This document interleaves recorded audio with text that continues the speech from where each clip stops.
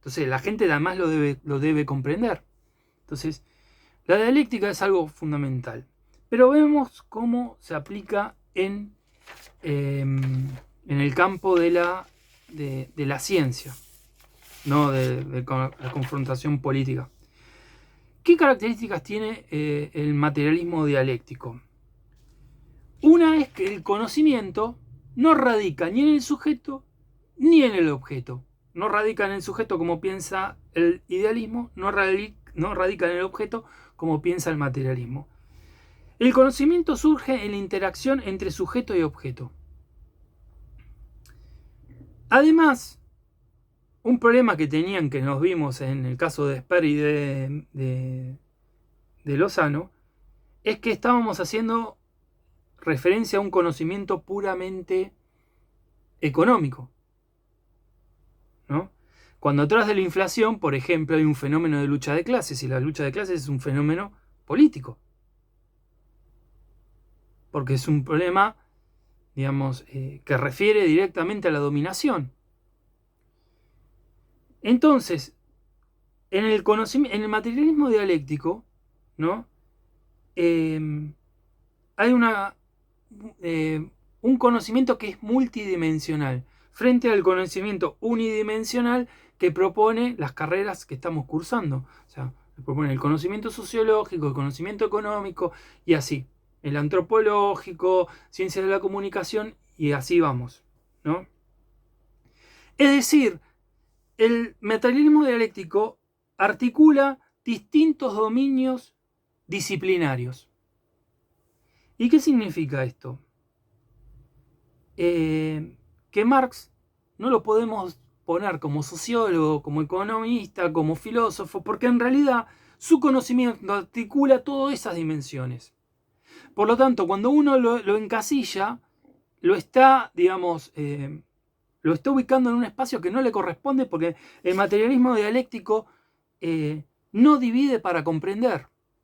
En esto es bien alemán. O sea, no divide para comprender. Y tiende a ser un conocimiento que, por ejemplo, cuando expliquemos la mercancía, va a incorporar elementos obviamente económicos, pero también elementos políticos y elementos sociales. Digamos, determinaciones, esa es la palabra, económicas, políticas y sociales. Otro tema, en diferencia al conocimiento común, ¿no? Digamos, no, perdón. Otro tema es que esto que les decía de la simplicidad, ¿no? De la simplicidad frente a la complejidad, de lo aparente a la esencia.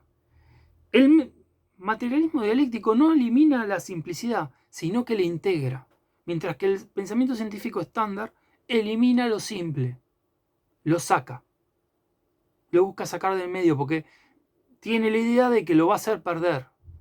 En cambio, el materialismo dialéctico busca integrar la simplicidad a la complejidad. Y acá hay una diferencia que es atroz, es abismal con respecto al conocimiento estándar, ¿no? Que es que lo que para el pensamiento estándar científico es el punto de partida, es, digamos, el resultado de explicar, eso es, el resultado de explicar, por ejemplo, la inflación, en el materialismo dialéctico es el punto de inicio de la investigación. La mercancía para la economía sería un punto, algo, digamos, un resultado de explicar. Para el capital, en el materialismo dialéctico, la mercancía es el punto de inicio de la investigación. ¿Por qué? Porque atrás de cada forma concreta hay un cosmos de determinaciones políticas, sociales, económicas, etc. Es decir, atrás de esta simple cosa, una lapicera, hay todo un cosmos social. Esto lo vamos a ver en la próxima clase, cómo va desarrollando la dialéctica, ¿no?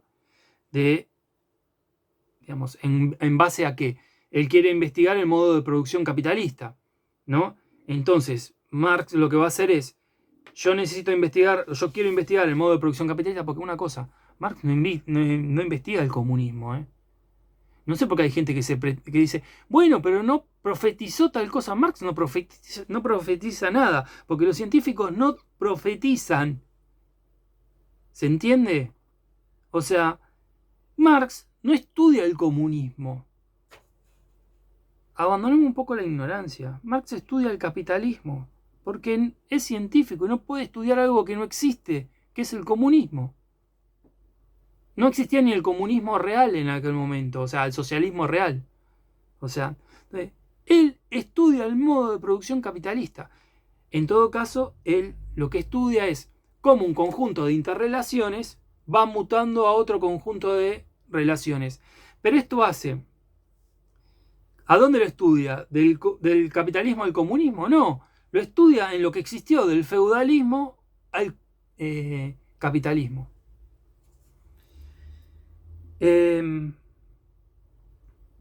Entonces, elimina la simplicidad, lo concreto aparece como punto de partida en el materialismo dialéctico y además integra el principio de incertidumbre, otro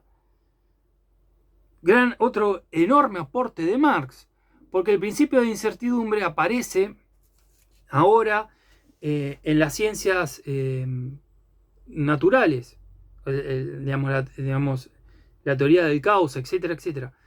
Pero Marx se da cuenta esto. Dice, si yo conozco la anatomía del ser humano, puedo explicar la anatomía del mono.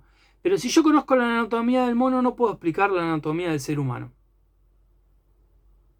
¿Entienden? Es decir, si yo conozco el modo de producción capitalista, puedo explicar el modo de producción feudal. Pero no del modo de producción feudal puedo explicar el modo de producción capitalista. Porque en la constitución del paso del modo de producción feudal al modo de producción capitalista, jugaron causalidades y también factores azarosos. Es decir, el presente solamente se puede, digamos, desde el presente podemos explicar el pasado y no desde el pasado explicar el presente. ¿Se acuerdan que habíamos hablado en la primera unidad de cómo utilizan la historia estos autores? Bueno, acá está. Yo no hice mucho hincapié en aquel momento porque es súper complejo esto. Rompe con cualquier sistema de el sentido común. En términos sencillos, una experiencia personal, ¿cómo me enseñaron a mí manejar? En reversa.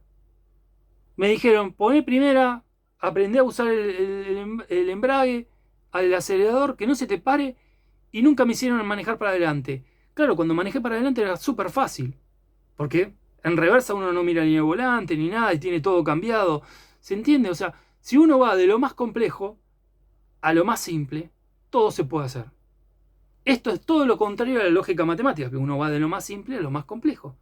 Imagínense si uno pudiera aprender las operaciones más altas de matemática, después estudiar las formas más simples, sería muy fácil. A eso va esta organización del conocimiento, ¿no? Y además, una cosa más, porque como si esto no fuera poco, como si no fuera poco que el conocimiento no radica ni en el objeto ni en el sujeto, sino en la interacción de sujeto y objeto, que el conocimiento es multidimensional, ¿no?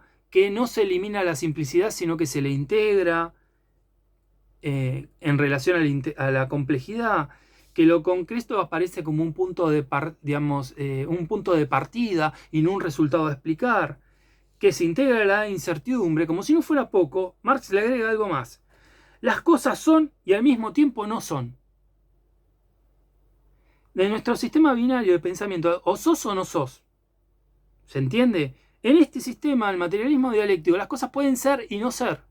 Las cosas pueden ser una cosa y ser otra cosa al mismo tiempo. Es decir, la inflación puede ser un fenómeno económico, pero también puede ser un fenómeno político y no hay ninguna contradicción. Mientras que para el sistema estándar o es económico o es político. ¿Se entiende?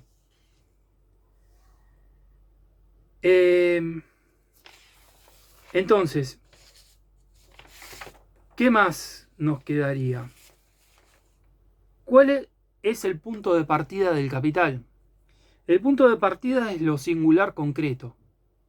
es aquello que de forma más extendida, ¿no?, podemos observar, o sea, podemos con nuestra experiencia captar del modo de producción capitalista.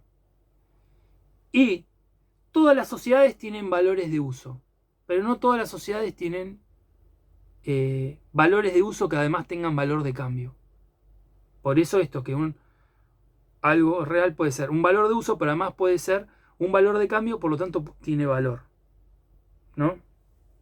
Esto igual lo vamos a ver en la próxima clase. Esta forma, ¿no?, que rompe con el sentido común, que entiende la realidad como un proceso de síntesis a explicar, dice, bueno, por acá yo voy a entrar a la realidad, ¿no?